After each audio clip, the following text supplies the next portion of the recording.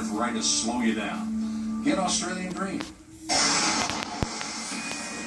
There's just a deep desire to believe that, we can have free college, free health care, that what we've done hasn't gone far enough and we just need to, go as far as, Scandinavia, whatever that means. They're children of the Great Recession, and they are living in their parents' basement. If you're feeling that they're consigned to, being a barista or, some other job that doesn't pay a lot and doesn't have much of a ladder of opportunity attached to it, then the idea that maybe, just maybe, you could be part of a political revolution is pretty appealing.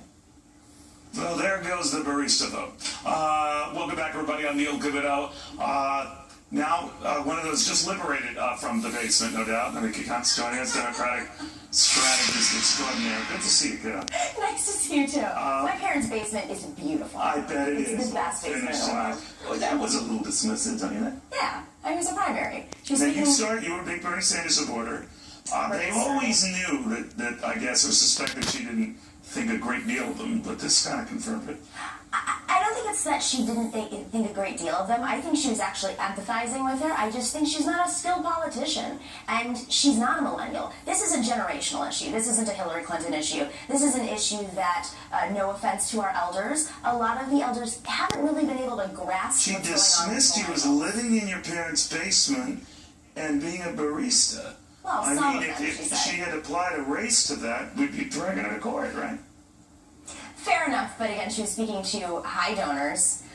I've heard. So you're reacting very differently to this than, let's say, Mitt Romney's famous 47% not paying taxes, right? Well, so you're free with that clear double standard. Because she was making a case for millennials and saying essentially that the economy... He was making a case for half the country that doesn't pay taxes and wouldn't be interested in voting for him. And demonizing them. So what he said was bad, what she said, well, she wants to empower the millennials. She's saying that the Republicans... She's not empowering them now. She's wondering why that empowering group isn't empowered to her. But fully in context, when she's explaining what this generation has been dealing with, she connects the fact that the recession has put them in this situation. That the recession, based on trickle-down economics... So you have buddies and friends who love Bernie Sanders just like you do, right? How, now it's early, this is just coming out, how do you think they're going to feel that the candidate some of them grudgingly went to because they didn't share the same passion they did for Bernie, is saying what they long suspected she was thinking? Well, sure enough, Twitter is a great way to poll these people. The majority of those who are making this a big deal are Donald Trump supporters. Mike Casca, who's a rapid response director for Bernie Sanders, came out and said... Well, because you guys haven't gotten up yet, and then you stagger into Starbucks. Clearly. Right? Yes, and no. All right, so what you're saying is we're not going to make a big deal of this. It's not a big deal. I mean, she was empathizing with the Bernie Sanders supporter. She doesn't understand what's going on with the revolution. Sure enough. I mean, her own daughter, who she sent out But she's saying all this big stuff you want, free college, free health care, stuff she later espoused. She obviously wasn't feeling that in February. She's taken this on as her position running as a candidate. I don't know which Hillary to believe. Don't forget, this is a primary.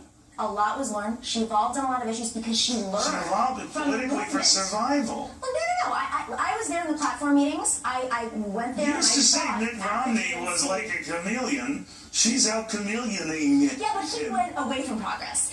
Progress is something you evolve towards. So she, in February, just got crushed by Bernie Sanders in New Hampshire. I think you're a hypocrite. I'm a hypocrite. You are a hypocrite. How am I a hypocrite? Because you would be like all over Mitt Romney.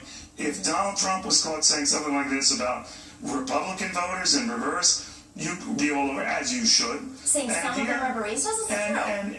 I say that as a millennial. Have you ever been a barista? I have been a barista. Have you really? I've been a bartender. I've been a barista. I've served. I'm a real person. You are indeed. I've done humanly things. I know what it's like to struggle in this economy because I'm a millennial. Okay. In fact, I'm about to leave from here and go to work on a Saturday. And that's why... Is that a burning rally on this thing, or what? No. I'm kidding.